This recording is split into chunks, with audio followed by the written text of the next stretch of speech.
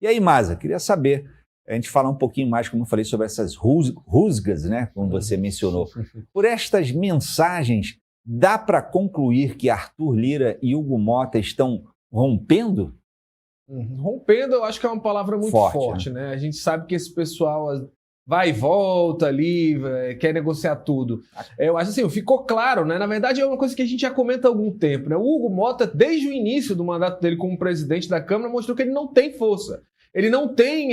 o que ele fala não se assina embaixo, né? A gente já teve N casos aí, inclusive aquele caso lá, por exemplo, lá, quando você estava discutindo até questões ali de taxas, né? De mudanças com relação a impostos do governo federal, em que se saía, né? O Haddad mesmo falou, domingo havia um acordo com o Mota, se apertava a mão, o Mota saía, dava uma entrevista falando que teve um acordo histórico e na segunda-feira se desfazia tudo. Isso não foi só uma vez. A gente já tem hoje umas 4, pelo menos, ocasiões em que isso aconteceu. Se mostrou que o presidente da Câmara não tem muita fibra em segurar o que ele afirma publicamente. A própria questão do Eduardo Bolsonaro é outra, né? Como eu falei, o Mota já deu 4 declarações aí dizendo que não tem como passar pano para um deputado que está ausente há mais de não sei quantos meses da casa. Mas, então, mesmo assim, ainda não tem dificuldade de se pautar isso de vez e dar por visto esse processo, né?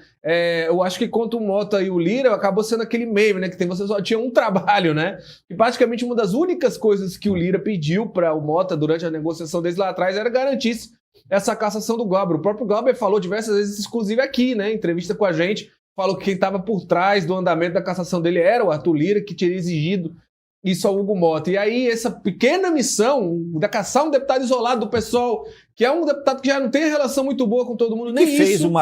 cometeu um ato super repreensivo, né? E o Glauber não tem muito apoio dentro da Câmara dos Deputados. É um deputado ali que tem uma antipatia grande de quem não é, né, da esquerda e tudo mais. Não era uma tarefa hercúlea caçar o mandato dele. Por isso que talvez explique essa indignação do Lira, né? Pô, você não conseguiu nem caçar ele. E é óbvio que a decisão de colocar o processo da Carla Zambelli junto acabou ajudando nisso, né? E tem uma outra questão, que basta você olhar as imagens da sessão, né?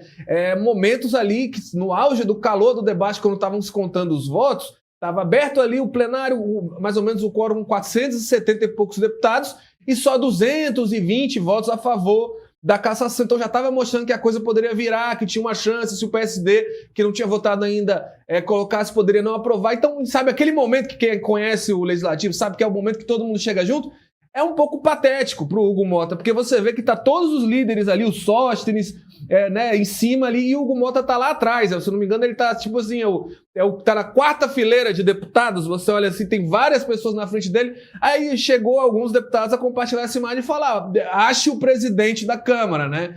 Porque em qualquer outro cenário, se fosse o Arthur Lira, certamente quem estaria no centro dessa imagem com a caneta na mão seria o Lira, né? E o Mota claramente não foi protagonista no momento em que a base e a oposição estavam ali contando os votos. Então fica muito claro, né? Só reiterando, né? Que é uma coisa que a gente já falou aqui algumas vezes. Essa coisa do Mota não sustentar acordo num ambiente como a Câmara dos Deputados. Pesou muito. Com o tempo, né? Claramente a pessoa. E qual o futuro de Hugo Mota sem a bênção de Lira?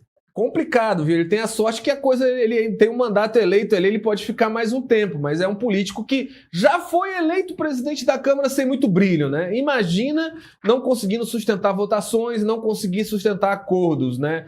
A gente já viu outros casos de presidentes que passaram pelo parlamento e depois é difícil encontrar alguém que lembre, né, o nome. Às vezes se lembra por uma questão mais anedótica, como o Severino Cavalcante, né, no passado. O Hugo Mota, continuando dessa forma, se entrar em linha de colisão com o Lira, pode dar um caminho muito parecido. Agora, eu também não subestimo tanto a inteligência desse pessoal, não. Eu acho que hoje tá assim, amanhã senta para conversar, né? Enfim, né? Cada dia aí é uma história nova quando a gente tá falando de setor, até porque não se apegam muito a nenhuma questão ideológica, né? No final das contas é aquilo que eu falei, verba pública e blindagem. É isso que aproxima esse pessoal.